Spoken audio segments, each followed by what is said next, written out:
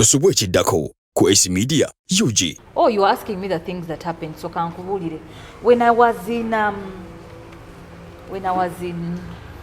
enyumba itwajingira ndi MP3. There's a rumor my dad's first girlfriend was a night dancer. Yawasa musezi. Yeah. There's a funny story. I know. Girlfriend, first girlfriend. Yeah.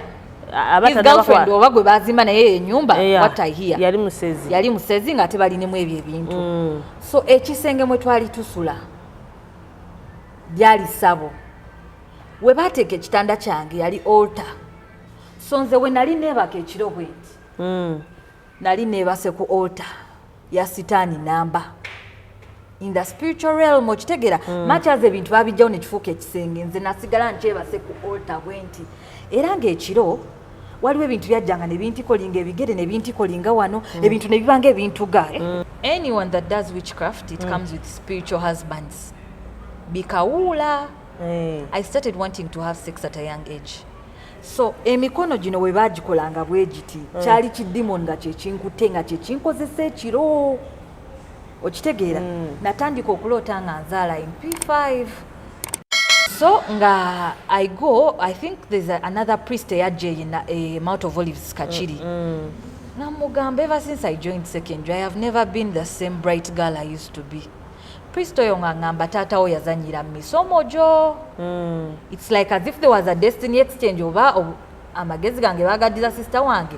I think you've had these things on the confessions. People babyogerako. Yeah. There is a way people can alternate. Chicho ne bakiwoli ono ne bakizena. Yes. So oyo yasoko chingamba because I've got like 3 people who have talked about it. You know you meet different people but these people are talking about the same thing. Okitegera. So ngabangamba nga Kristo yangamba tata oyazanyira misomo jo. Kubanga yaleta success card. Kati when you find a lubugo here in Buganda, a lubugo is attached to witchcraft. Yes. Okitegera, so I got scared. Nekubira my mom ne mugambo kibanyi success card ya daddy mbaddemu olubugo. Omaddemu olubugo Mama ngamba sorry na ina atandiko kaba ngamba I'm sorry that is the man I chose for you as a father. Kubanga duza na inga alaba it's getting worse every single day. Nenjuza card eyo n'emitwalo ebiri nenjuza n'ebikadi byabwe bone byabasenga byange bisigati saabigula na bikanyuga bukanyizi ku muliro. But already had gotten a point of contact. So whatever their mission was had been achieved. Bagamba waliwo ekyanyambala nga buli jukira probably waliwo ekyatandika mu senior 1 neerabira buli kaseera mize supplement mbeera ku blackboard the trees that used to be so bright nga njigirawo ku lubaawo. Right now I had to sit nze ng'okusoma nino genda ewantu wali so quiet nensoma olunaku lwonna ate nekulaga afuta okusoma olunaku lwonna nezijja nefuna 17%. Okitegeera that is the girl I had become. Esteem yange eri wrecked. Okitegeera I no longer see a future kubanga with these marks where are you going. Esteem yange efiiridde ddala. Okitegeera kati bampadde kikaadi ngenze nkoze empapula naye munange mukama talwananga ki talwananga bantu. Kati tukoze ebigezo nafuna 9 points out of 20. Out of 20. Mulembe gwaffe gwali gwa 20 points nga basaze 20. Nayo wali mu 20. Yeah. So kati I started my senior 6 in 2015. 15. Then you could be age mates. Because early 13, senior 4, then 15. How old are you? 15. Me, I was born 1997. We are age mates. So then you are speaking that. We are young people. So, kubanga I started senior 4 2013, I started senior 6 2015. That's the same thing. Yeah, so almost Fenatu I 20 points. Yeah. No, not even almost. That was the actually kubanga bali abatusoka jukira lwe bakolera 25. So that's what I was trying to 20 points. Tebola bera twatogera combination eri HLD one man HLD stroke ICT then GP. Kubanga bali bakola PCB stroke IT stroke GP kwegamba bana bayine mitwe. By the way, I respect those people. They had very sharp like paper balance. My dear, very heavy. Yeah. So kati tukoze ebigezo. So ofunye 9 points. I get 9 points out of 20. My sister yafuna 10. Much as bakola bibali bakoze mukama tarana ngachi ngabantu. nga sister wange pem yabakuba bali abaana babiri abali bakola pem yabakuba ne bafuna mbona 1 point era yamaliriza agenzeewa ku mobs ekiroto kya engineer kyali kivuddewo okitegeera ebibuuzo byogo omwaka mbijjukira so ngafuna 9 me I went to do accounting. I went to do BCom accounting. Nga my sister akola statistics at MOOC. So badde ombuuza, did I choose Ginger? For me, in my head, I had Ginger Road. Nengamba moves eri awo ku Ginger Road. So nalowooza wendaga. Nentikinga moves Ginger campus. My dear bagenda okumpa kingamba myaka eri gye mwagenda ku source of the Nile bane natya. Ngamba ani agendeyo sirina gwe mmanyiyo jukira ntwali wano balina nti boogera ku basoga ate gweyagala kubera Kampala okitegeera abakwano bange we bali where am I going there? It was scary but the Bible talks about it says in Jeremiah 1:5 that I knew you before you were born and I predestined your being like tewali ki happening ano kunsinga mukama takimanyi much as for me I thought it was a mistake eyo gye nalina okukola ki okubeera so tutuuka they are registering us for first semester daddy nga yawamba ki birth certificate yange lwaki yagiwamba bw'abaana abajja kuneerabira lisika mbeeyo ne kensigaza babeere nga bannoonya mugamba daddy nsaba ku birth certificate ajjako amasimu he really made life hard for me kubanga nze ni muntu ndi so emotion ekyo kati nakikiriza that is me nga ebyo bintu binzijako I like to be organized because I hate ekintu kyonna ekinteeka in panic state maliriza nkaabye nze if I get so frustrated okitegeera so I like my things to be on time nenkola ebintu byange a week tusaagala bintu bya panic era bwe bagamba mu office mbu can you work under pressure I cannot I have to do things in my own time in order saagala ebintu bya pakupaku that is not ojja kwonoona okitegeera so nga mga daddy nsa ku birth certificate nga ajjako essimu nga musaba birth certificate nga ajjako essimu kati kweyo nali eyo mobs Ginger campus bakwano bange I think I had Kwaza Hope, I had Musubika Alice, I had Kagoya Rosita bali basoga so they knew their way around around Ginger so nga bangamba ku Ginger Referral Hospital osasulayo omutwalo ne bakuwa birth certificate oyimanyi byaffe ne Kampala kasitoba wayo ekyokulya kasitoba wayo ekintu ng'omusawo andapandikirawo ka birth certificate nazaalibwawo biki but remember at least I had a photocopy of my original birth certificate nga mpita nga ntandikirawo obulamu nga nregisteringa taata wange tetwaddamu contactinga nziramu owulira nga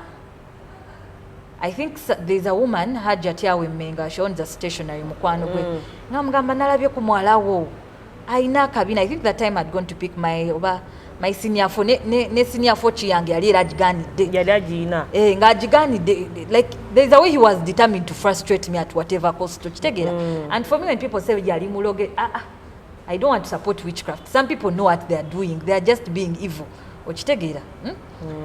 So birth certificate yali yambiriwo. Amaloji oyo omukazi nga amugamba jambuze ko omukazi nanga genda obuze ku taata one muganja mubuzo olulala. The good thing naye yalaba nti byali akola byali biswaza. Nenkwata my senior certificate nengendo. Okitegeera. Jukira birth certificate era agiganidde.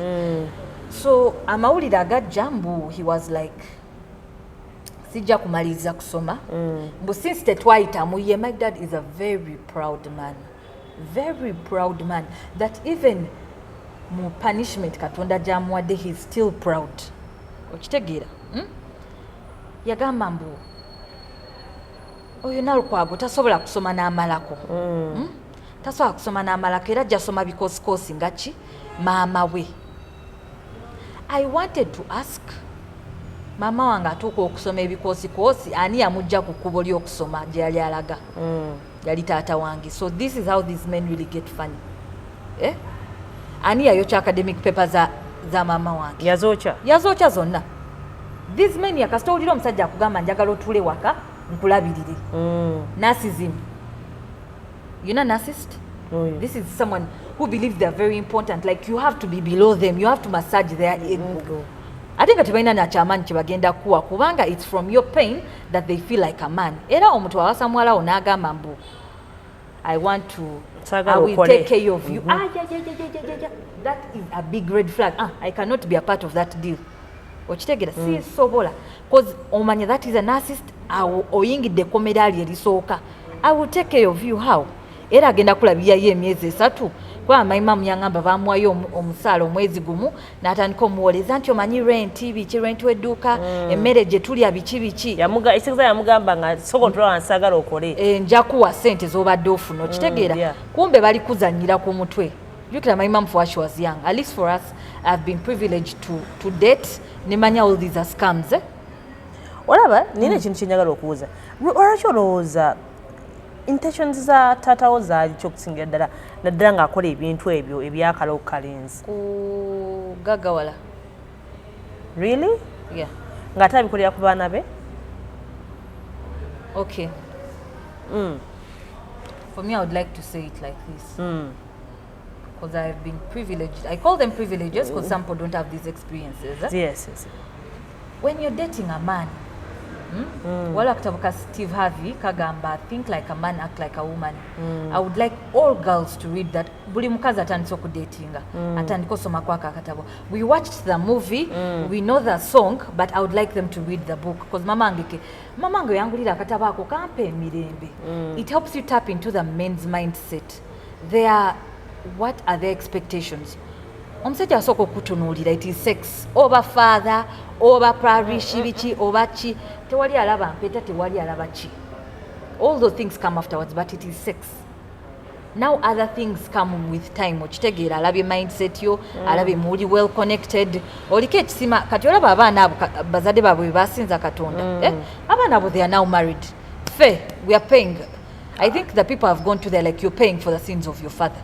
our parents okitegere my mom yali mukyala wa mirembe I will not say my parents my father era abamumanyi they know how chaotic he is era waliwo omuntu yangamba amaziga g'abantu omanyi kati abakazi bebebakako ozi one night stand abakazi bebafunisa embuto ne bajjamu abortions you know they never talk these things abakazi bebazanyirako the people they took into relationships nga babalaganga abagenda obbawasa then they withdrew abakazi bebatwala mu depression bebasuula eddalu bebaloga bebayambuliramu bebekolako emikolo abakazi abo bakolima ne bakakasita naawe ozadde bawala bajja kiwulira I would like to tell you Essie nkiwulidde ne kati wentudde wano kyakiwulira okitegeera because mukama when you undergoing deliverance he does things at his time my dear he does not simply nkwambudde kino ogiwulira okitegeera ojiwulira so for him it was about money so biki byakola we used to have parties at home Christmas parties ng'abantu bajja ne balya ng'ayita abantu ategeka omukolo n'abayita ne balya but people would say there are over 5 people who used to die every after that party really biwulidde enkuze mbo people would die then bwenkuze kati on TikTok here when you're searching for your healing buli choise munsi muno sigwasoose sinze gwe basoose okweyambuliramu there is nothing new since asoose okola suicide since asoose dating abasajja bameka nga temuli anjagala okitegeera buli omu akulaba nti ayeetaga kwebakako weebasi yeeyongereyo so you start to search as you search omanyi TikTok once you search for one thing n'olaba ka video it starts bringing you banna abalala abayisemu ekyo ekintu bakisomose batya so nagwa ku there is this babe ono babe agamba she was in the satanic kingdom n'amala nadda to God so abeera explaining n'agamba avoid okugenda mu mikolo gy'abagagga ng'omwaka gutandika n'omwaka nga guggwa babako rituals ze bakola mu abazigwamu so I think biri bigods bijja ne bikoona ku bi20 ono gundi n'agenda so buli yakolanga party ng'abantu 5 bafa that is the thing I got then abantu bagamba emikisa gyabwe gyakendeera then waliwo olunaku lwe yaleeta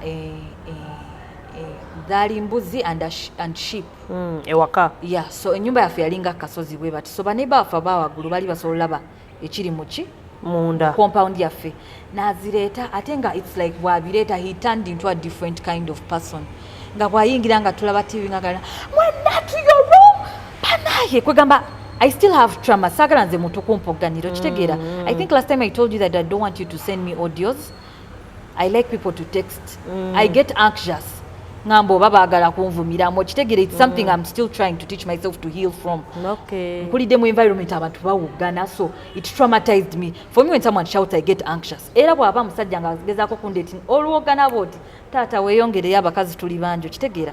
There are things I don't allow things to trigger me back to before byennwanyi okuvaamu. So baleeta embuzi nga kama mwenna to your rooms ne maama wange. Kuba my mom was 15 years old ng'alinga muwala we n'ayingira neyeggalira naffe ne tweggalira. Watuuka ewaka mu compound munanga gamugende mugundi awoggana nga bajja bwe bati bajja bo beetegese ng'owulira embuzi zikaaba ebweru ng'amatala gaggibwako ng'omukka we almost suffocating in the house baleeta omukka guyingidde mu nyumba tatatata okitegeera ajja n'abantu abasawo be baali beeyo oluweero yali yatutwalangayo ajja n'abantu bayingidde bakoze omukka guyingira mu nyumba embuzi zitandise bazookya live nga ziwokena as I was saying I remember those zambe embuzi ng'embuzi bazookyawo live like a sacrifice okitegeera baninga baneiba bazze ku fensi beebuza omuntu ataswala kikyo ffe twali bagagga munange nga tulina emotoka nga 6 mu compound nga batumanya okwo ku kyalo okitegeera naye that is the reason behind those things okitegeera yakola ebintu bingi naye nga yali muntu wakunja nnyo nzijukira basista ba my mom baalokokaawo ne bajja nga babeera naffe naye nga buli baba basaba abagamba mulekeraawo bye mukola muli kwokya ebintu byange eri byenkola kitegeeza what he was doing was not right. Ng'era tayagala ddiini ya bulokole era naga omwana alyerokosa oba nja muzaalukuka even me when I was growing up as supporting my dad as like when I will not become a born again but manya olengedde olutalo lwe bagudde ku balokole kati it is because there are some genuine churches majority are fake but there are genuine churches churches ezinza okujja abantu abayingidde obusibe nga ffe bye baatuteekamu okitegeera so bali ba explaining nti a thief does not enter into an empty house omubbi waba ayagala oyingira omwo kitegeeza mulimu amakulu I wanted to relate it to something. A thief does not break into like an empty house ayingira mu kintu nga kiri muki amakulu so they were trying to tell me that nalkwaga ebizibu byolabye bikutuukako kimu ku kimu ever since I was young. Oh, you are asking me the things that happened. So kankubulire. When I was in enyumba etwajingira ndi MP3. There's a rumor my dad's first girlfriend was a night dancer. Yawasa musezi. Yeah. There's a funny story. I know. Girlfriend, first girlfriend. Yeah. His girlfriend oba gwe bazimba naye enyumba what I hear yali musezi nga tebalinemu ebyo ebintu so ekisenge mwe twali tusula byali sabo we bateeka ekitanda kyange yali altar so nze we nali neebaka ekiro bweti nali neebase ku altar ya sitaani namba in the spiritual realm okitegeera much as ebintu babijjawo ne kifuuka ekisenge nze nasigala nkyebase ku altar bwenti era ng'ekiro waliwo ebintu byajjanga ne bintikolinga ebigere ne bintikolinga wano ebintu ne bibanga ebintuga there are people who can understand this language because I think later in life there is a way God has brought us together with those friends of mine abakulidde mu maka bwegatyo so for us we understand the language you are speaking ng'ebintu byange ebikutuga bwe bati kati ebintu ekyo nasooka n'ekiwona nga ngenze St. Teresa Kisubi Girls waliyo head mistress bali babayate mbali bamuyita sister Nabosa Valentine olwatuukayo like this yatuwa Rosary bwe naddayo okwebaka ewaka ebintu ebyo tebaddamu kutu kubanga nga ngezaako nepita ng'eddoboozi terivaayo okitegeera era people who know me now seebaka olaba era ati 3 am banzuukuse I still have natuka ekiseera neefuna insomnia naye yava buto nga nze buli we bagamba good night ne bajjako amataala ebintu nga bijja ne byataakinga then bwe nali stretchinga bwe nti omuntu wa stretchinga mu buliri bwe ng'emikono gyange gisigala bwe giti paka ku makya 6 am nga nzuukuka muno mulimu a lot of pain naye njogera nnyo so it was hard for my mom to believe me okitegeera naye nga omuntu oba tayise mu bino ebintu tasobola bikkiriza nti gyebiri so ngamba my mom that there's something that happens in the night something ebintu bintakula ebigere bintikolinga ebintu bige ebintuga emikono gyange gibikola bwe biti nga mama kanago oyogera nnyo kitegeera ngamba oba mukama alimpulira ekintu kino. I don't know if my other siblings, we've never talked about it with everybody staying in that house. Munange Zorampa Rosary said I'm be witnessing, and the other thing, there is a woman, she used to come naimirira ku deka yaba sister bange kubanga oyo sister wange anzirako yali asula wano nze nga nsulawa nga my young sister omuto asula wano nze nga nsula wali nga wano waliwo cases zaffe. So bano jukira baali tebasula ku altar. I don't think they were affected. Ne mama abwe yali yabagangadda, so they never used to experience such stuff. Kati nze nalina omukazi awe ekiro gwe nali ndaba munzikiza ng'ajja akaaba nga yeetisse amenvu nga yeetisse asibye n'omwana bw'atyo kitegeera. Naze buli kiro ekituuka I get anxious okitegeera. Sinyumiseeko my mom, bantu bagamba you're so talkative, they don't believe me. Nobirekera nengende Kisubi girls munange mukama n'ataasa n'apasa pulete byajja kyekiri mu Bible nti in the presence of God those things the devil shudders tabeera mu presence ya Katonda kitegeera. So nga nkola ki nga nkomawo P4 my mom yali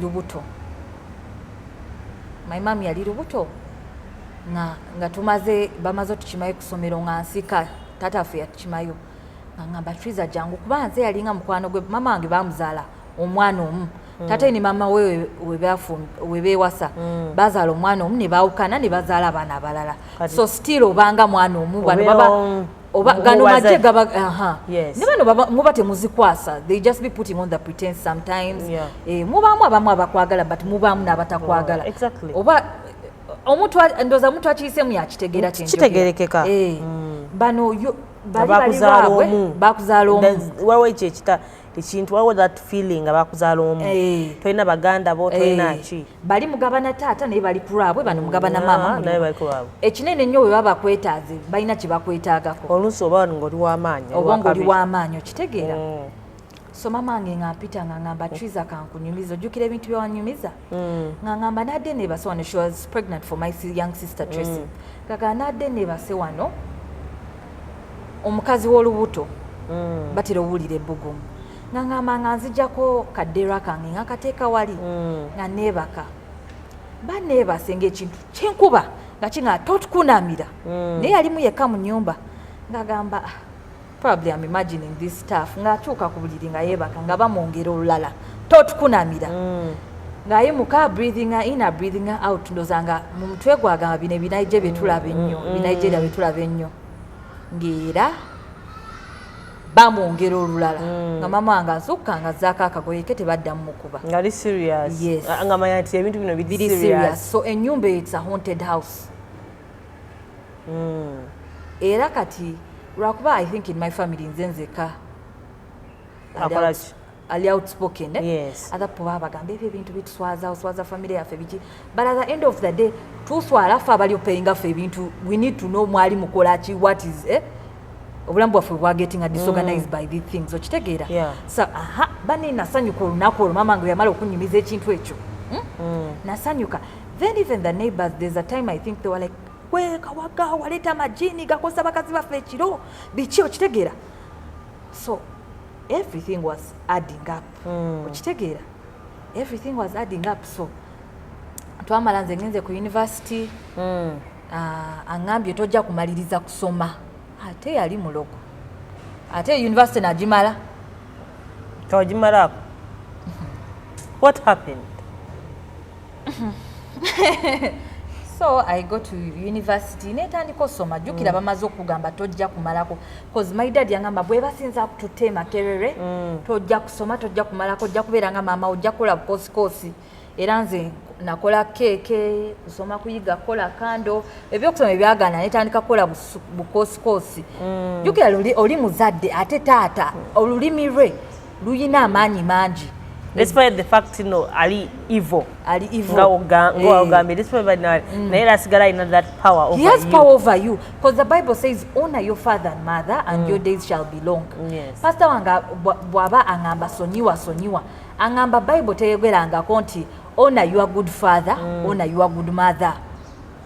kyonna kyekiri father eyakuleeta ona okitegeera so olulimi lwe kyeva olabeera ebintu ebitu affectinga biva watata wange byebukojja tebisobola ku affectinga biva waffe ebibadde bimbonyabonya throughout my life okitegeera so ngenze ku university ntegedde already waliwo abantu abaninza okugwa manye ennaku yange mukama yatuleeterawo abantu batuweerere Yes, you're right. There are people positioned to help you per season. Chemanyi nti season eyo weggwako abantu bano olusi beefulo mtunaka mama gundi newe mweleza hai tadda mu season yagwako. We meet for seasons and when purpose is executed season ebeweddeko. Okitegeera. So for me tandiko kumanya what I know in the what? The spiritual realm. So mukama yatuleetera abantu ne batuwa emmere ne batulabirira ne batuweerera munange. Tebali bangi naye batuyamba. Nyonyo nga bw'okiwulira abatabo ngo balinako oluganda banga just obasanze busanzi mubasanga busanzi okay omu yali mukwano gwa my mom yeah cause yampeerera okuva senior 6 second term paka ku campus university that is second year no third year first semester jukira tatange yagamba tojja kumaliriza university era ebizibu tebyajja mu first year tebyajja mu second year byajja omulundi ogwo third year first semester manya second semester wetuti ku nkomerero webyetimba byonna papa okitegeera so nga like okay like tusomye I am lost but you edit right yes okay what are you talking about no kateri tuvuddeyo tusose tugambye ebizibu byajja wali eri mu third year naye tubali tulaga tusooke tuddeko eno muzeeyi byeyakolanga ebintu byeyakolanga naddala ebyakulumya gwe byoyinza okujjukirako naddala nga biri physical maze okwetambulira otambudde mba pastors otambuddeko n'ebintu ebimu kansike kunyumize nze I think from the first time when natandika okwanibwa no man has ever loved me. Why? No man has ever loved me. Much as they would be like, "Bunny, you have a nice body, I love you, but it is sex." Olufuna sex ngaweta. Okitegeera? Ngaweta, so I noticed I faced rejection. Tata afe we are rejecting. It also affected us. You can rejecting. Okurejecting mu ngeri ki? What? Teyatwagala much as yatusomesa kyali kutuukiriza mukolo. Teyali ye bino ndoza abantu banagamba batya. Kubanga era bwe yali agoba my mom yamugamba ndoza be wajja okuza bakuze. Ndoza yesawo okoleki ogende. Nga bali abaana ndoza last born we. Kyali mama nge kuza baana. Era oyo last born we. Muli omukyala wo wempeta bwe yaweza 16 years namugamba ndooza bewajja okuza bakuze bwe budde ogende ffe batuzaalanga nga kintu mamange kwe yandigumidde oguma akuze bano akuze bali but we tudde in today dating omusajja waba takwagala nga akwagalako sex ne bw'ozaala omwana he does not care because for him he came to come and go. So ngojje kale tuya kudda kwa nature rejection so nga tumaze taata wantu aba daddy tumulabye ajja nakola rituals nakola ebintu bingi biki ebyabaawo okitegeera biki ebyabaawo ku bantu ab'enjawulo kuggwe ng'omuntu era no discovering because of his rituals bino gyensonga lwaki weebiri. So anyone that does witchcraft it comes with spiritual husbands bikawula. I started wanting to have sex at a young age. So emikono gino we bagikolanga bwegiti kyali kidimon nga kyekinkutte nga kyekinkozesa ekiro okitegeera natandika okuloota nga nzaala in P5. Dreams are a way in which God communicates to us.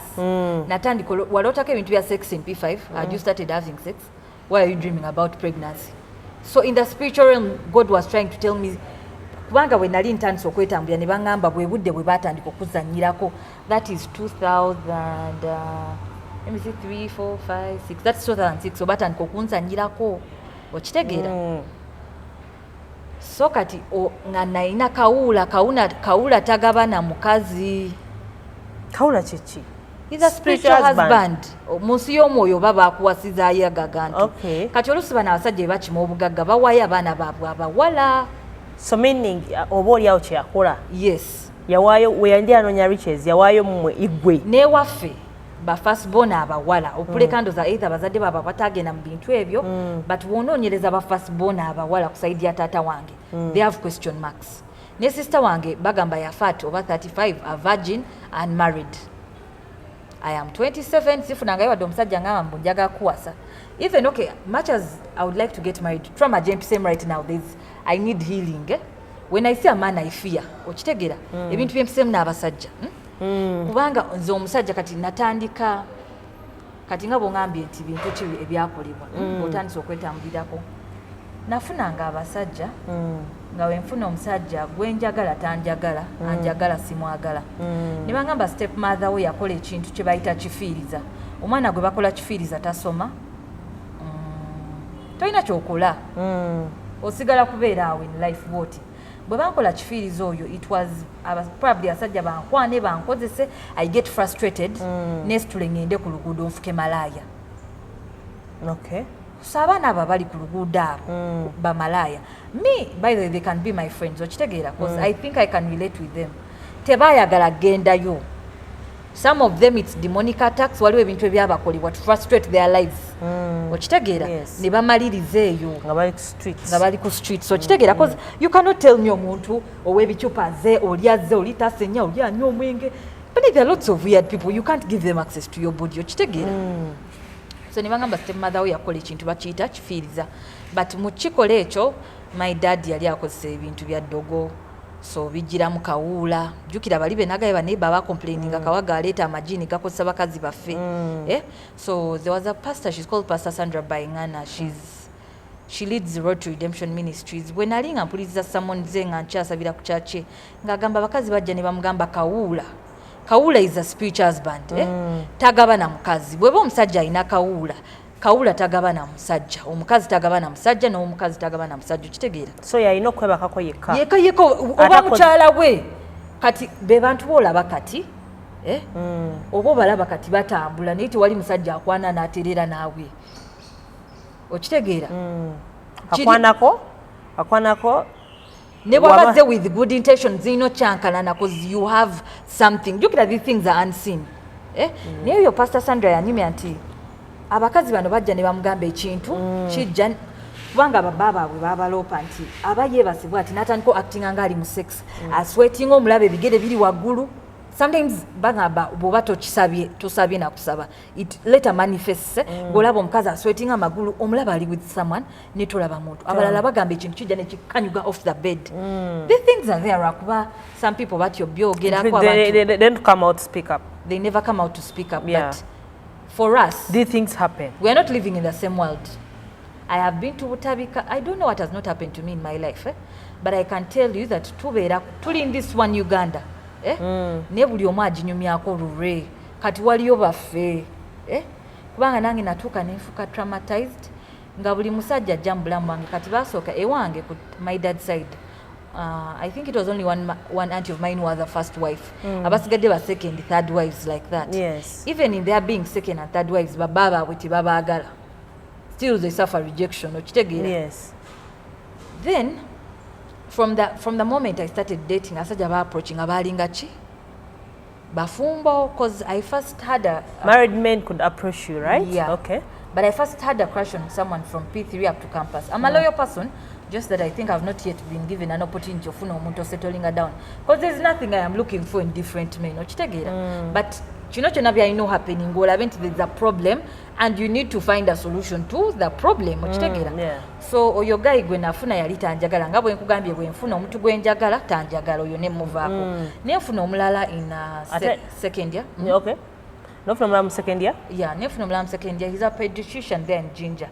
Bwe namufuna yangamba he was not married. Netandika obeera together, we fell in love 6 months. So 6 months atenga chimanya at 20 years love joy ina 5 liter high expectations you think oyogogenda okomako mufumbirwe ebintu ebityo. So birthday yetuuka bampandika happy birthday biki it's 11:58 mazowanika ka post kange ntaddeko obufaananyi bwe you are very handsome bakwano wange bagenda ga mama you have a handsome man. You have a handsome man because that's what mattered by second year. Yes.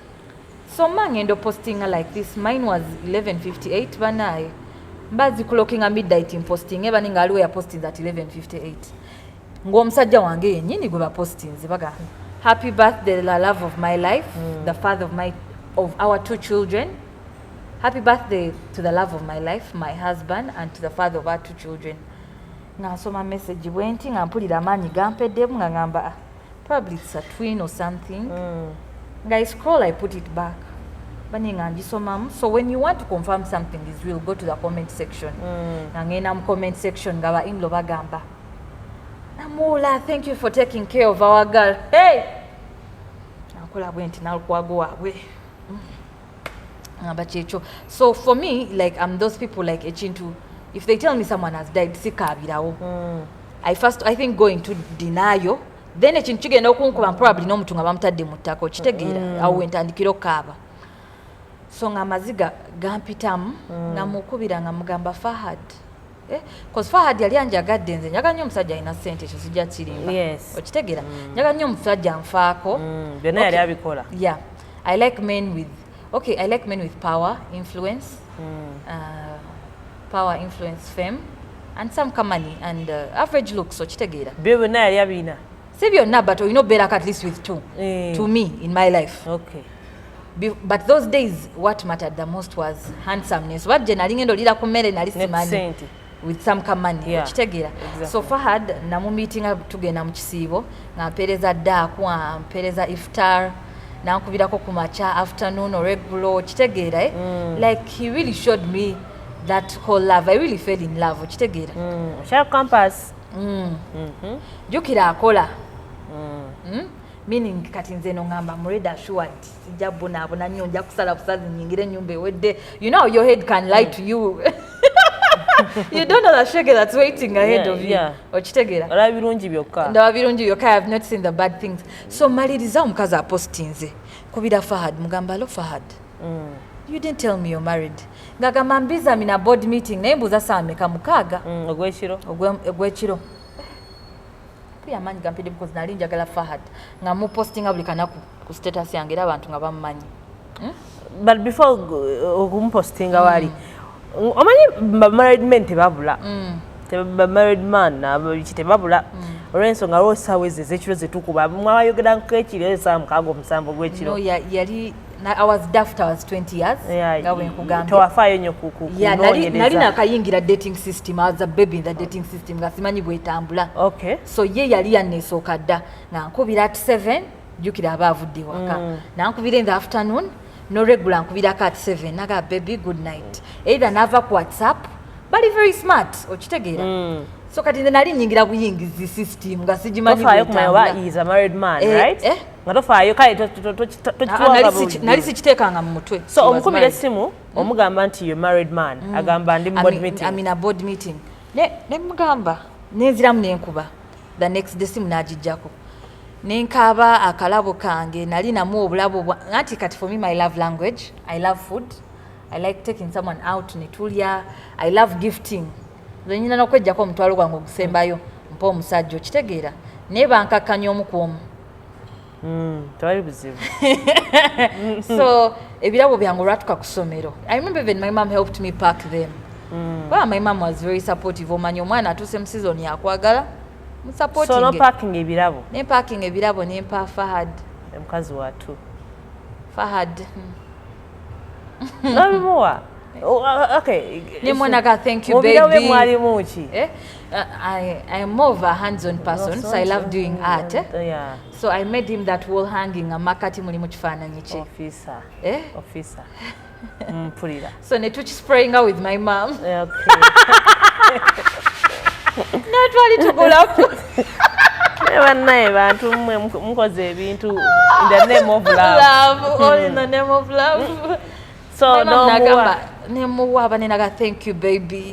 Ayinza n'okubona kureba na memory yabisula mu kasasiro. It's very possible kitegeera. Yeah. Because those are married men for you. Fahad nachukirawo ne mga Fahad okay cause nali maze ogwa mu mukwano naye 6 months ekintu yatandika ne love bombing you know what they call love bombing atandikiddewo antute out but the red flags were there but still I was new in the system but yeah wallet for bakiyita all friends oba two friends ginger it has the best pizzas in ginger ngenda ku two friends eyo there is a Thursday ku Thursday wabirayo bazungu mbandiyo nga I ordered for I don't remember if they have pork ribs. I like pork ribs. Then Fahad ordered for steak. Anti kwe kulaba omusiraamu atali ku mulamwa. You want to date a woman who's eating pork for you eating meat. What is that? Ebyo na byali biraga question marks tetemwina gye mulaga. So Fahad atuuka nga boss we yali muzungu because yali akolerawo ku Whispers Children's Hospital. Antu bagimanyi ndozanga alengera boss we cause bazungu be baaliwo nga Whispers omanyi otuula after noddayo mu system no gamba why didn't I see the red flags nga akwate simu emergency operation kagamba oh baby we have to go bane nga ndi mu love njikana olunaku na mwakisi yange sooka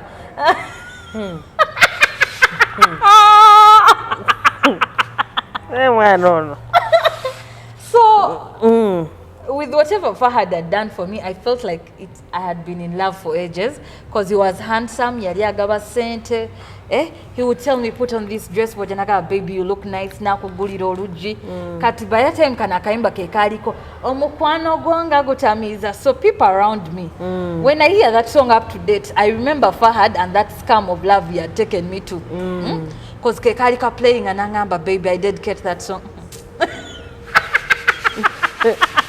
oh, baby, I dedicate that song to you.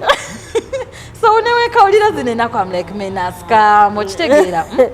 Love is scam. Yeah, so we antwala nganzizayo kuchi because when we hostels afe bali bazigala yukira mu first bazade babateka zine z'amagye okay after lectures they close kati twalina mukwano gwa Ferozita yali abeereyo ku Nile village wansi so je twali tusula if we go for dates we tukuba ekibala because mama abwe yali agenda bweru kati nga ewabwe gye tusula over Friday up Friday to Sunday weekend eyo gye tusula eyo gye tukolera ebyaffe ebyakampa so nganzaayo ampadde kiss ozanalya n'emmere Grandpa kiss, I don't know, it was my first kiss.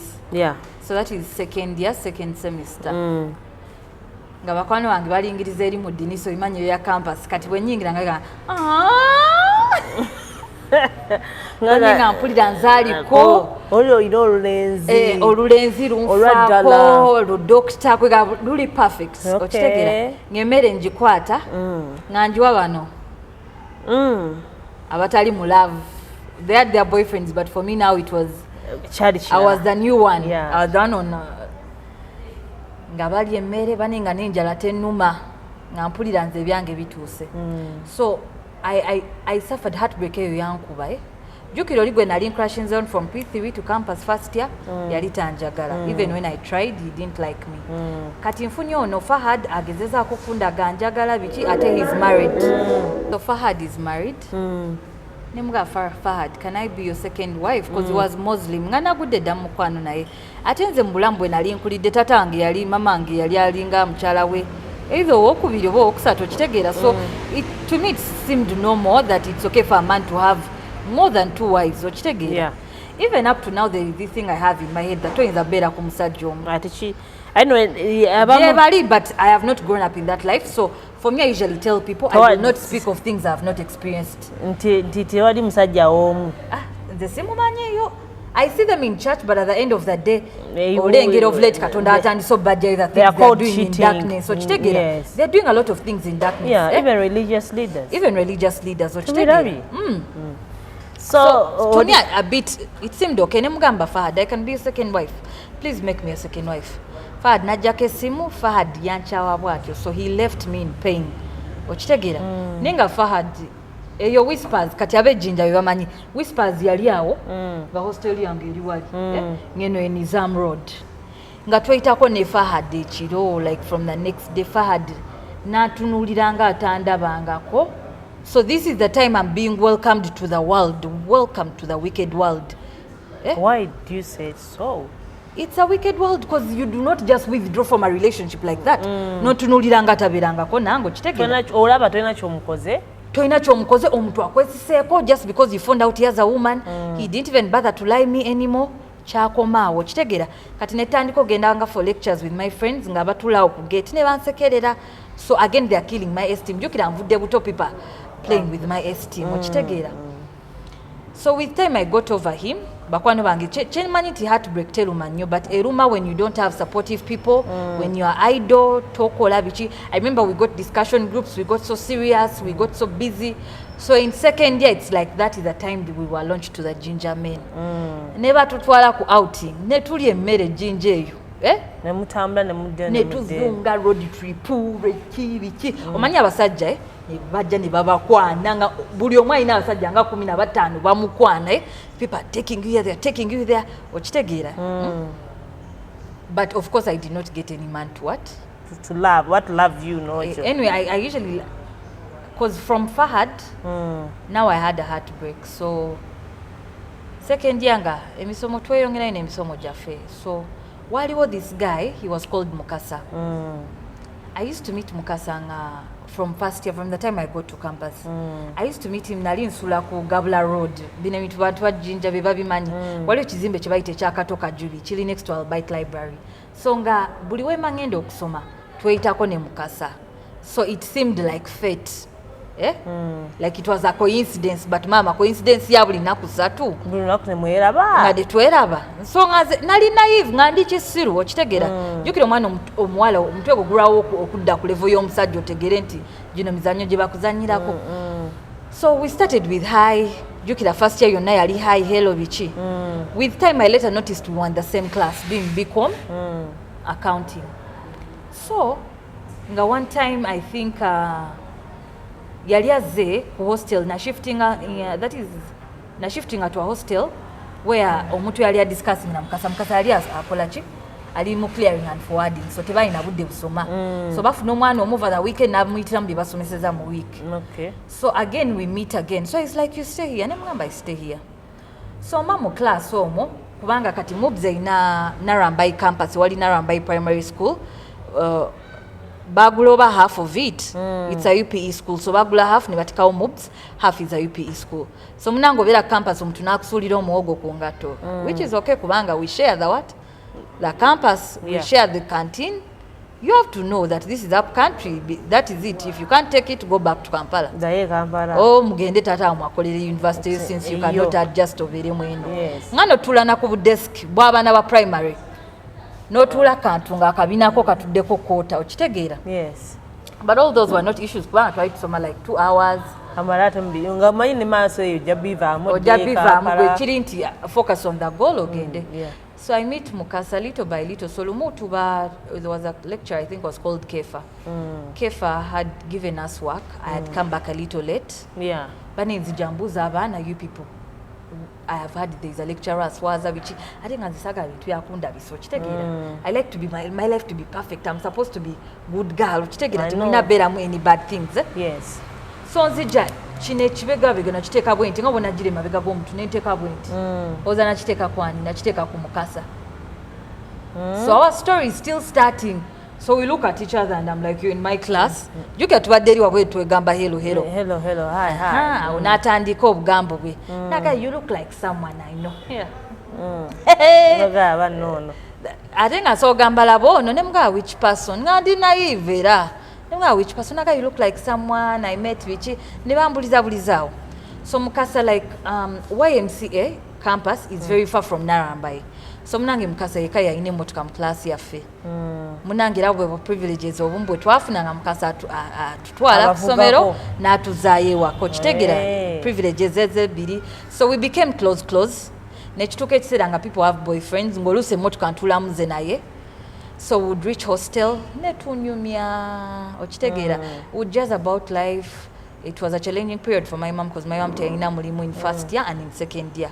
So ngolusi Mukasa yalinga best friend wange ne munyumiza ne mugamba I want to get a job here but people are saying it will distract me bichi ndino mu matuliro ga Stan gwe nyumiza bino byonna ebintu okitegeera. Of course kale omuntu bato namumanya. Yes. But right now I can tell you nali nali nyumiza ku stand ku bizibu byange wali otudde ne stand nga munyumya nga tunyumya stand agenda okunsala bwati naye ndi munyumiza buli kyange omunyumiza buli kimu omunyumiza biki jukira kasita omusajja amala osoma ewammwe muli banaku mama otakola yekago olina taata amuyayawukana tasobola bayambuke amaze osoma amaze okusoma all the ways he can abuse you mbeera ne mukasa waliwo akafo bakayita chicken papa nga ntwalako out awo no sinamanya mukopi sina obongo tebunakula kumanya nti waliyo ku basajja abagaba ku mitwalo 5 ga upkeep asatu akakaddo kitegeera so mukasa ngampayo omutwalo munange nga mama wange yankuza nti omusajja kakuwadde kokola ki kotwala kosiima era nga mugamba thank you mukasa bambi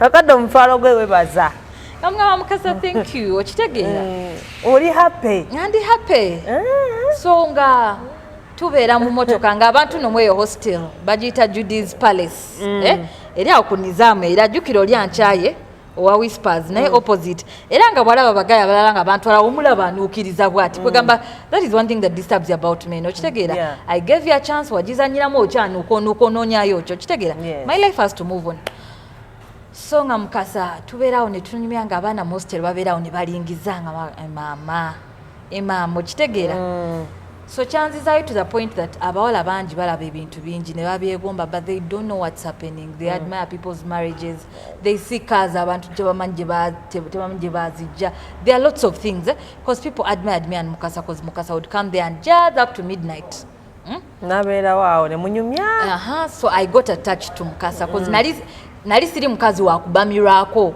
nali siri bano mbujangu tugende mu lodge for me you have to use the other way you have to deceive me that you're in love with me I fall in love with you webake nange odduke okitegera and there are very few men who are willing to pay the price so ngambeera ne mukasa so out of the blue mukasa pulls out so natuka ekiseera nga I've gotten attached to him okitegeera he has never asked me for sex which naye takyajja even after dropping us avuga n'agenda mbu he has work to do so nga mukubira takyafaayo nnyo nga mukubira nga mukasa what is it you no longer come for us to jazz nga nno nze manyi was coming to jazz kombe mukasa alina byeyali abala so nga mukasa ngamba nawe kwaga empala ogiraaliza mu bisambi do you know what that means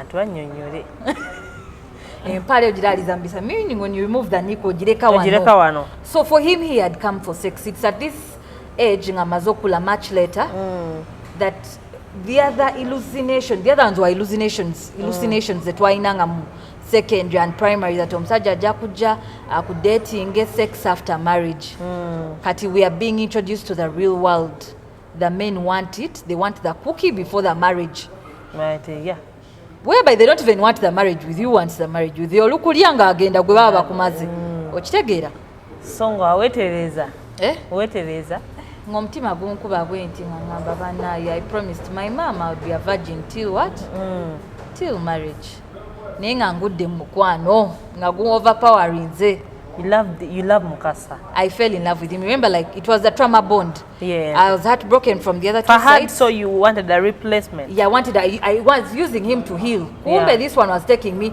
I was jumping from the frying pan into the fire so I usually tell my friends when you have undergone breakups ng'owulira kubanga gwe kamanyi breakup eno kyekuleetedde munda omwe first withdraw from men cause ogenda gwa mu mikono gya sitaani kati nagwa mu mikono gya sitaani nga mukasa nga ntuuka nga mugamba okay nga takyagira ddala hostel completely that is second year first year nga mwamukasa come and take me munange nga ngenda abankolako mikolo nga n'ekyo kiggwa so we became like a couple me and mukasa he had told me there was someone naye to me I told you for us gye nkulidde ndabye abantu balina akazi babiri basatu you're ready to mix up it was okay for me to share a man because it seemed normal kitegera even when kuzen I see men cheating so to me bino byonna church ebyogera mbu omukazi one rib but is that what is happening in society no it changed fena mu class twalina ba step siblings bali bava mu ggulu meaning their fathers had side chicks and everything kitegera so nga mbeera namukasa nga you know sex in the Bible was given to married people as a gift to help them bond. Kati mulembe gwaffe tumukozeseza as business, tumukozeseza as fun, tumukozeseza as part of dating okitegeera. So far be destroying ze mukama mutuwanga konti ki for fun. So it's like there we had become like his woman. Katuli yali pulling off. Yeah. So we wamuita ne mutuuka ku nsonga ziri. Yaddamu n'abeerawo. Okay. N'abeerawo ddala nno. Nga mu class cause the first actually I lost my virginity to him. Okay. So nga when you lose your virginity there is a way you be shy. So nga wengena mu class I be like this. Nga saga natunula yali atula mabega. Nga ngomtune bwampite mabega. I don't want to look there. Nga I don't know, I think you've experienced this, right? Yeah. Nga saga tunula mabego chitegera nga all shy and bitchy. So nga I feel like when man tambula people can see that I lost my virginity. You lost it while you slept with someone, yeah. And I feel like chiri chipandike wano. It's until some friend of mine was jazzing me to jukira Eve we yali ekibala muchi. Mu Garden of Eden. That's when she realized she was naked. Yes. So something changes. There's something that changes when you have sex for the first time. Yes. So it became normal. Netandika okuwubira mukasa. Ngira bakwano bange mbagamba stay away from my man. Ne mugamba we are two. His woman that he told me and me. Okay. Don't add. We don't need overpopulation in our. Mufune abamu. We don't need overpopulation in our in our relationship. In our relationship. So ngambea ne mukasa chimo okuva ku somero once in a while nga tutwala out bichi. So I had a best friend. My best friend wange ono mwagala nnyo. We really bonded. We reached a time and you know what they call sinking? Sinking is otuka ekisango badde nnyo n'omuntu nga ne periods zamwe zitandikira kwekumu. Even before she says something oba omanyi kyagenda okwogera because you've been together for a while. Mukwatagana nnyo. Yes. So nga mukwano wange kituuka ekiseera nga oyinza omusanga ali ku midnight call ne mukasa. Nga I think because we're in the same class, he's our friend. Nga sinatandika wubira basajja bulungi okitegeera. So olutuuka olunaku olulala ku birthday yange mukasa yagenda waliwo ekifo bali bakiyita Queen's Palace. N'afuna oguboto gwa wine ogukadde nnyo yali very stingy. Very stingy nga gye nkomeza. N'afuna ogucupa gwa Four Cousins dry.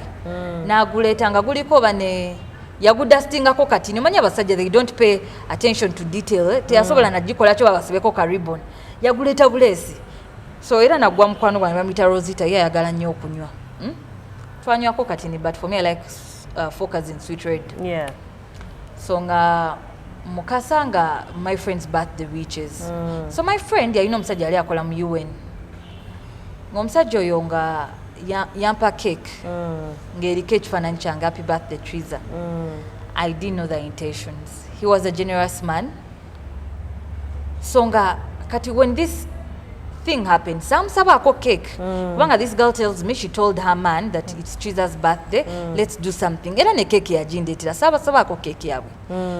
So nga mukasa ajja hostel, intuition y'omukazi ogimanyi oba y'omuntu yenna. Your intuition is always right.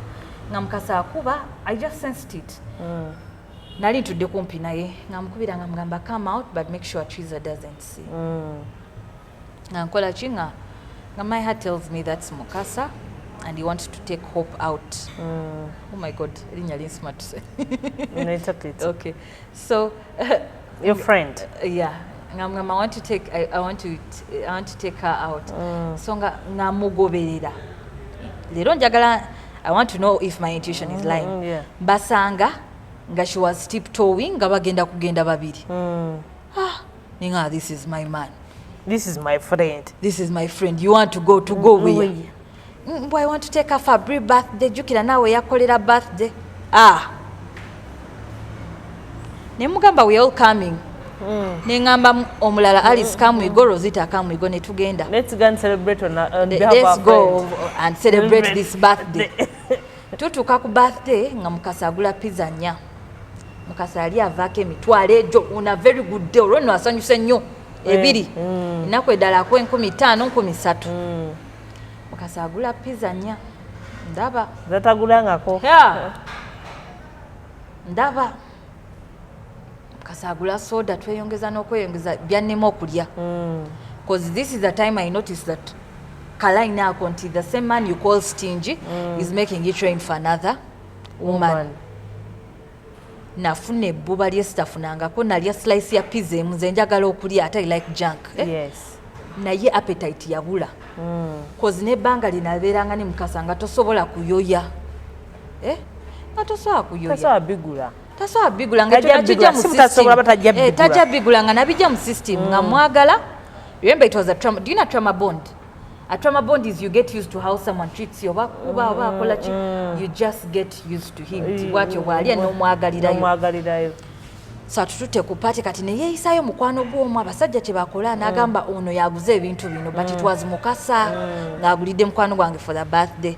Bane ebbuba ne linzijula nga sisobola naddi kweka lwe nasooka n'okumanya nti I can breathe out hot air.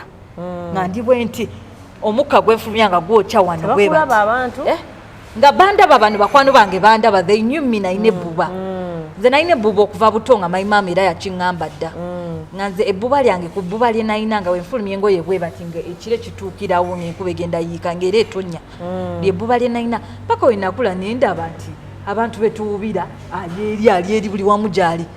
Kwegana ne neekakanya ng'omukazi ne ŋŋamba bulijjo abantu betuwubira this is a waste of time. Yes. That's when I get back into I put myself to order. Okay. Tugenze ku pate amaze atudropinze waliwe nagamba wetusula Friday Saturday Sunday ku kifo kyaffe kya outing wa mukwano gwaffe bakwano bange basirise baninga obusungu bwokka bwe nnina nga sikyavaamu na kigambo because kino I had been with the man for a while. The man talina kaavaako out of the blue because my friend's birthday is on 14th November. Okitegeera talina kaavaako out of the blue he can because bweba boyfriend we yankolera cake gye yankolera yalinga ya mitwalo 5. Bano pizza z'oku all friends zalinga z'ebiri kitundu pizza 4 soda round endala nawulira nga kino sikiwulirangako nga sikisobola. So ng'atuuka ng'atudropinga awo ng'agamba cheese I've dropped you namugamba drive me to my hostel n'obusungu obuyitirivu. Nagamba I think they've locked the hostel nemga they will open for me. Nenyingira neneebaka ng'obusungu bunzita ebbuba linzita okitegeera. But before that actually the red flags were there. Ayina akafu ke yantwalako bakayita pizzeria ejinja abantu abafumbo gye beekweka baba bagenda out n'obwana ki obuto n'antwalayo balina kapiza kabi kalina crust weti tekali kabi. Rakuba had already fallen for the guy. Kale Rakuba was seeking for somewhere to hide this pain. Nali had already entered the chintu but chintu kyali kyalagadda signs gye kigenda okumalira. Red flags. Kijja bachibi. Kijja kuba kibi. So nga tugenda ko yo date nga omanyi like someone has fallen in love. I also part of my love language is also touch. I like hugging me, I like holding your hands. Nga nkwata emikono gya mukasa nga ginesikako. So we twali nga abeekwese. It had like bugo downs like a kahat. So in that kahat wabeerawo obuntu obuli next to the light nga some mosquitoes fall into the soda. Bane mukasa nga dippingamu engalo ze nga sikamu obuwuka nga ngamba drink that soda nawuliranga. Degwe sameno machichi. Nawuliranga njagala omuntu ajja nsitule kubanga nali sikitegeera kino kyendiko. Nangamba drink that soda nengamba is it this bad mbu value for money. Mulirwana esi media baze n'enkuba mpya anti basabukuludde esi event nga bano be bakafulu mu kukwata entambi z'emikolo egy'enjawulo omuli okwanjula embaga amatikira obubaga bw'amazaalibwa baby shower bakuba ebifaananyi ebiri ku mutindo corporate events live streaming byonna babikola wamagwa omuyimbi jangu bakwatire vidiyo y'efulume buli omwagambe mama okikolye oyagala luyimba oba kalango genda muteese oba bafunire ku namba zino wammanga 0705423772 ne 0784435441 ku Facebook, Instagram, TikTok ne YouTube gyebali nyigamu esi events twesangeyo.